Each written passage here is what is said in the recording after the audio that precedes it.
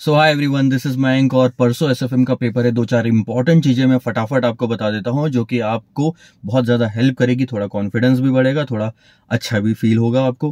पहली चीज sir, FR का पेपर जैसे भी गया हो वो दिमाग से निकाल दो। 1.5 दिन है आपके पास में, ज्यादा टाइम है नहीं। मैक्सिमम बच्चे यही गलती करते हैं कि जो पुराना पेपर है उसको लेके बैठते हैं, तो एक आध घंटा भी अगर आपने वेस्ट करा तो काफी कुछ आपका नुकसान हो सकता है। तो आप उसको दिमाग से निकालो। अब याद रहे कि आपने 3 घंटा या पहले के 1.5-2 दिन पूरे आपने एफआर को दिए, तो वो चीजें दिमाग में है, एक झटके में दिमाग से निकलती नहीं है। अगर उसको निकालना है तो एसएफएम के इजी वाले जो चैप्टर है ना उससे शुरू करो, डिफिकल्ट वाले चैप्टर से शुरू मत करना।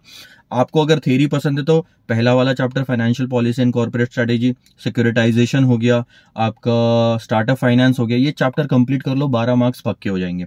इसके बाद में प्रैक्टिकल पकड़ना है तो म्यूचुअल फंड्स लो, बहुत ही छोटा चैप्टर है, आसानी से हो भी जाएगा। आप कॉर्पोरेट वैल्यूएशन पकड़ लो।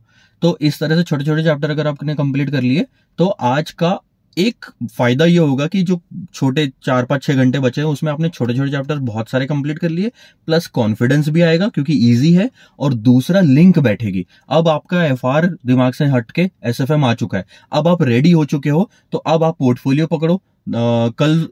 आज अगर आपको टाइम मिलता है तो एक चैप्टर बड़ा कर सकते हो, अदरवाइज कल सुबह सुबह 5 से 6 बजे उठ के पोर्टफोलियो पकड़ो, डेरिवेटिव्स पकड़ो, फॉरेक्स पकड़ो, मर्जर्स करो। इस तरह से बड़े बड़े चैप्टर आप कल के कल निपटाने की कोशिश करो। टारगेट सिर्फ इतना रहे सर कि कल रात तक ही 12 बजे तक आपका पूरा सिलेबस कंप्लीट हो जाए।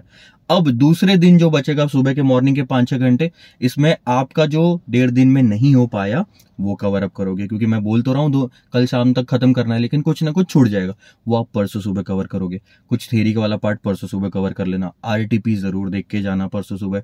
जो छोटा छोटा बच गया अब आप रिवाइज करो, सिर्फ फॉर्मूला बुक से रिवाइज कर लो, चार्ट्स आपके पास होंगे तो उससे रिवाइज कर लो, एक ओवरव्यू आ जाना चाहिए। अब इन सब के बाद भी जब आप पेपर में बैठने जाओगे तो ध्यान रहे, इजी वाले पार्ट को आपको सबसे ज्यादा ध्यान देना है। जहां पे आपका कॉन्फिडेंस आ रहा है जिस क्वेश्चन को पढ़ के, उसको सॉल्व करने लग जाओ। जहां पे भी आपको लग रहा है कि ये डिफिकल्ट जा सकता है उसको फिलहाल के लिए छोड़ दो, बाद में सॉल्व करना।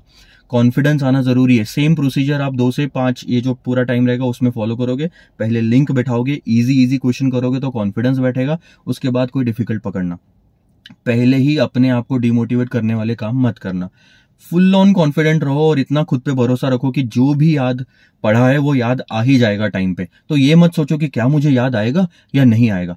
पैनिक सिचुएशन खुद के लिए हम पहले क्रिएट करते हैं और बाद में पैनिक सिचुएशन क्रिएट होती है, तो खुद के लिए करो ही मत।